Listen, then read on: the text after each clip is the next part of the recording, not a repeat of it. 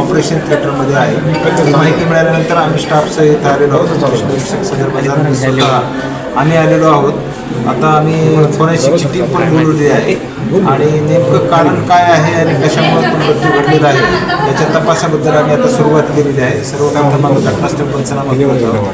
Body शासकीय रुग्णालयात shift करून त्या ठिकाणी PM करणार आहोत आणि त्यानंतरच निश्चित कशामुळे मृत्यू घडलेला आहे त्याचं कारण स्पष्ट होणार आहे. त्या दृष्टीने आम्ही तपासाला सुरुवात केली. कुठे मार लागला बॉडीला, म्हणजे तो काय संशय आहे तुम्हाला? म्हणजे हा आता आम्ही तो बघत आहोत नेमकं कशामुळे घडलेलं आहे हे पूर्ण PM रिपोर्ट नंतर आणि पूर्ण बॉडी पाहिल्यानंतरच लक्षात येणार आहे.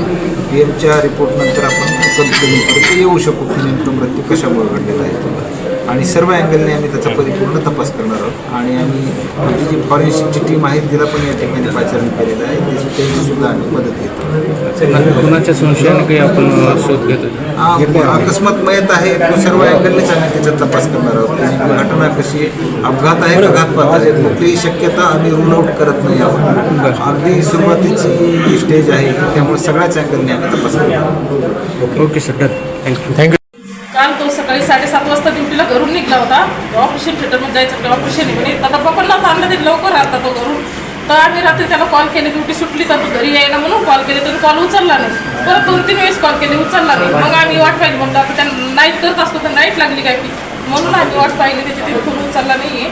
मग आम्ही यायला सकाळी उठल्यावर यायला म्हणलं तुम्ही जा बरं म्हणलं हॉस्पिटलमध्ये बघून या म्हणलं. नेमकं फोन कोण उचले ना, त्याच्या मित्राला पण सांगितलं फोन करा म्हणून. त्याने त्याच्या मित्राचा सुद्धा फोन उचलला नाही आहे. मग यायला मी म्हणलं जाऊन बघा. हे बघायला आले तर डॉक्टर लोक आतून खालून कोण त्यांना येऊन देत नव्हतं. त्याच्या पुढचं त्यांना माहिती काय झालं तर ते येऊन देत नव्हते. पण आम्ही त्याचं खाली आलो त्या सिस्टर आम्हाला घरा येऊन द्यायला नाही. तिघी जणी अशा हातात धरून उभा होते. आता आल्यावर तुम्ही काय पाहिलं ओटीमध्ये? इथं आल्यानंतर ते खाली पडलेला बघितला मी पूर्ण असं सगळं. ते काय ते सगळं ते लागलेलं दिसतं ना, ब्लड लागलेलं आहे, हाताला लागलेलं आहे, ब्लड आहे पूर्ण पडलेलं. आम्ही काहीच नाही, आम्ही काही हात लावला नाही. ते ब्लड होतं सगळं खाली पडलेलं. त्याच्यात आल्यानंतर आम्ही ते पाहिलं. अगोदर यांनी पाहिलं की यांनी मला कॉल केला. मग आम्ही तसंच पळत आलो. बरं, तुम्हाला काही संशय वगैरे आहे? माझा डॉक्टर लोकांनी सांगायला पाहिजे होतं ना, कमीत कमी त्यांनी फोन तर करायला पाहिजे होता ना की असं असं झालं. तुम्ही घरी फोन करायला पाहिजे होतं. याचा अर्थ ते रात्री ड्युटीहून घरी आला नाही, रात्रीच काहीतरी यांनी केलेलं आहे किंवा काहीतरी झालेलं आहे. मग हॉस्पिटलचे डॉक्टर लोक कशाबद्दल पळून गेले? यायचं फोन करायचं काम नाही का? हे ड्युटीला आहे ना इथं, ते ड्युटीला आहे. हॉस्पिटलचे डॉक्टर लोकांचं त्याचं कोणाचं तरी फोन करायचं काम आहे ना की तुमचा मुलगा असं काहीतरी झालं, यांनीच काहीतरी केलं. तिथं तुटलेलं पण दिसतंय ना सगळं. वाद नव्हता, वाद वगैरे काहीच नव्हता, त्याचा वाद नव्हता, काही नव्हतं. तुम्हाला घातपाताचा काही संशय आहे? घातपाताचा संशय आहे आम्हाला. कारण की हा माझा पुतण्या बोलत होता डॉक्टरला, ते डॉक्टर हसत होता. ते